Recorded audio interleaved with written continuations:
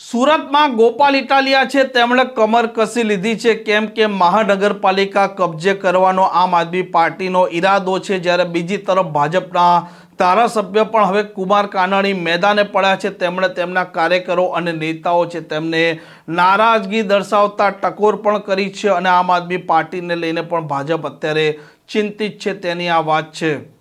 વૈષ્ણવજન તો તેને કહીએ જે પીડ પરાઈ જાનાને રે।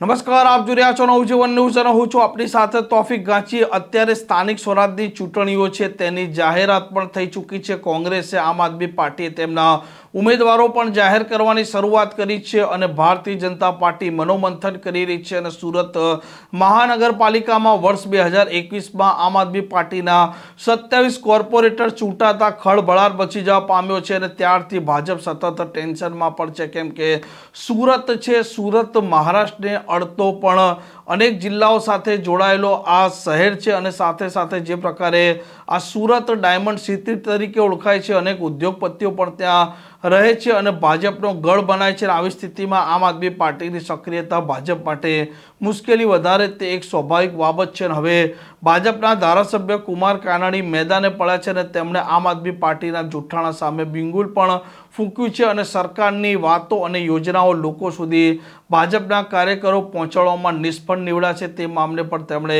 નારાજગી દર્શાવી છે। આપણે વિચારવું પડે કે આપણે ખામી ક્યાં રહી ગઈ, અને ખામી એક જ વાતની હતી કે આપણે જે લોકોને ગેરમાર્ગે દોર્યા, જે ખોટો વાતો કરી, એની સામે આપણે સાચી વાત લોકો સુધી પહોંચાડી ના શક્યા।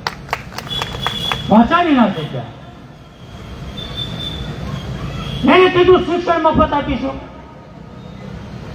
ઘરે ઘરે જઈને કીધું અમે શિક્ષણ મફત આપીશું, તો આપણે ક્યાં પૈસા લઈએ છીએ? આપણે મફત જ આપી છે। ધોરણ 12 સુધી સુરત મહાનગરપાલિકાની સ્કૂલો શિક્ષણ મફત આપે છે અને રાઈટ ટુ એજ્યુકેશન ની અંદર ગુજરાતના લાખો વિદ્યાર્થીઓ પ્રાઇવેટ સ્કૂલમાં ભણે છે અને ફી સરકાર ભરે છે। દફતર આપે, બૂટ આપે, આવવા જવાના ખર્ચા સરકાર આપે છે। કોઈ આપણને એમ કીધું હતું કે તમે આદેશમાં ભણાવજો તો અમે ફી ભરશો? કોઈ કીધું હતું?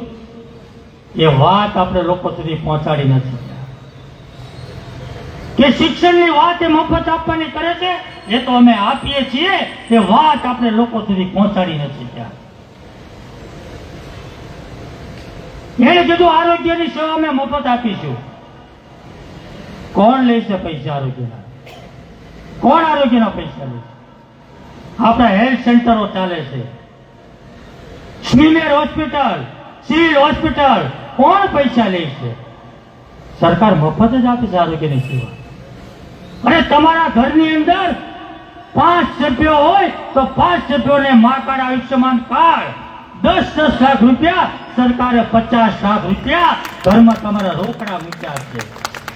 આ વાત આપણે લોકોને કરી ના શીખ્યા, લોકો સુધી આ વાત આપણે પહોંચાડી ના શીખ્યા। એને જે ગપગોળા હતા, લોકોને ગેરમાર્ગે દોરવાનો જે પ્રયાસ કર્યો, એની સામે આપણે આપણી સાચી વાત મૂકી ના શીખ્યા। બાકી વિકાસના કામમાં કોઈ કમી નથી। પાછા કે વિરોધ પક્ષ તો હોવો જોઈએ ને, લોકોને એમ સમજાવે અરે આ રોડ વિરોધ પક્ષની જરૂર નથી। આ રોડ ઉપર અમે બધા જ ભારતીય જનતા પાર્ટીના કાર્યકર્તાઓ વિકાસની વાત પણ કરીએ છીએ, વિકાસના કામ પણ કરીએ છીએ। લોકોને મુશ્કેલી આવે, લોકોને તકલીફ થાય તો અમે એનો અવાજ પણ અમે જ બનીએ છીએ। અમે જે વાત મુદ્દા ઉપાડીએ છીએ, લોકોની પીડા વહીવટી તંત્ર કે સરકાર હોય એની સુધી અમે પહોંચાડવા સક્ષમ છીએ। એ ભૂમિકા પણ અમે ભજવીએ છીએ, અહીંયા કોઈની જરૂર નથી। એટલા માટે આપણી પાસે સમય ખૂબ ઓછો છે। પ્રચારના 10-12 દિવસ મળવાના છે આપણને। એમાં ચૂંટણીની વ્યવસ્થા પણ કરવાની છે. આજે કાર્યાલય ખુલ્લું છે, કાલથી બધું પોલિંગ એજન્ટથી માની ટેબલ કોણ મૂકશે, કેવી રીતે સ્લીપો વેચાશે, આ તમામ પ્રકારની ચૂંટણી જે પ્રક્રિયા છે એ વ્યવસ્થા જે છે એ વ્યવસ્થા પણ કરવાની છે અને પ્રચાર પણ કરવાનો છે. કેમ્પા બંધાઈ જાય, પરમિશન લેવાઈ જાય, રેકોર્ડિંગ બની જાય, ખૂબ મોટું કામ છે આપણી પાસે. સમય નથી આપણી પાસે. લોકો સુધી સાચી જે કંઈ સોશિયલ મીડિયામાં હોય કે કોઈ પણ જગ્યાએ લોકોમાં સોસાયટીમાં જઈને વિપક્ષો જે કંઈ વાત કરે એની બધી વાતનું ખંડન, એનો જવાબ આપણે આપી શકીએ એવી પરિસ્થિતિમાં છીએ. આજે હું ને કાંતિભાઈ અહીંયા બેઠા છે. તમે કોઈ પણ સોસાયટીમાં કોઈ પણ માણસને જાજો અને કોઈ પણ પૂછ્યો કે કોઈ કામ લઈને, ગમે એવું કામ લઈને ગયા હોય, કોઈ એક માણસ તમને એમ કહે કે આ કામના ધારાસભ્ય પૈસા માંગ્યા છે, અમે રાજીનામું આપી દેવા માટે તૈયાર છીએ. અમે ક્યારેય નથી થયું કોઈને અધિકારીને પૈસા દેવા પડે. હવે કોઈને અધિકારીને પૈસા પણ નથી આપવા દીધા. ઈમાનદારથી કામ કરીએ અને ઈમાનદારની પૂછડીયું 5 વર્ષ દેશની કાંડની દુકાને જઈને હપ્તા ખાધા,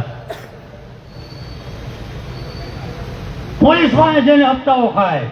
અહીંયા દારૂનો અડ્ડો ચલાવો છો, અહીંયા દારૂનો અડ્ડો ચાલે છે, બીજે દિવસે આંદોલન બંધ થઈ જાય, હપ્તો નક્કી થઈ જાય.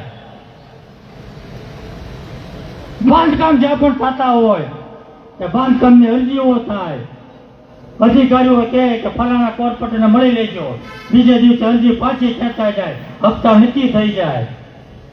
આખું વરા નકરા ભ્રષ્ટાચારના કાંડ કર્યા છે અને મારા દીકરા અત્યારે સુંદર કાંડ કરે છે.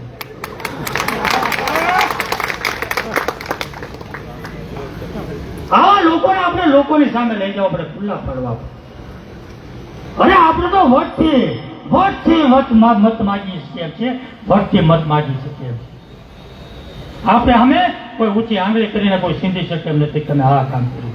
કોઈ નીચા જોઈ એવું થાય તો અમે કોઈ કામ કરતા નથી. ભારતીય જનતા પાર્ટીનો કાર્યકર્તા જે બોલે છે એ જ કરી બતાવે છે. એટલા માટે આપ સૌએ આ વખતે કમર કસવાની છે. રાત્રે દિવસ મહેનત કરીને આજે 10 વર્ષનું હારનું મેનુ છે ને એ મેનુ ભાંગી નાખવાનું છે. અને ટિકિટ કોઈ પણ ને મળે, બધા કાર્યકર્તાઓ સરકાર છે અને બધા કાર્યકર્તાઓની વાત અમે પાર્ટી સુધી પહોંચાડી છે. ટિકિટ કોઈ પણ ને આપે, જેને ન મળે એને કોઈ પાડી દેવાની વાત કરવાની નથી, પાડી દેવાના છે, પણ આપવાના પાડી દેવાના છે. આમ હવે જોઈએ જે પ્રકારે આ સુરત મહાનગરપાલિકાની ચૂંટણી છે અને આ ચૂંટણીમાં આમ આદમી પાર્ટી અને ભાજપ છે તે સામસામે ટક્કર અને બાદ ભીડે તેવી સ્થિતિ છે. આમ આદમી પાર્ટી હવે તેમના 27 કોર્પોરેટરમાંથી કેટલા કોર્પોરેટરનો આંકડો વધારી શકે તેમ છે તે પણ જોવાનું રહેશે. આ પ્રકારના સમાચાર માટે નવજીવન ન્યૂઝની આ ચેનલ સાથે જોડાયેલા રહો. નમસ્કાર.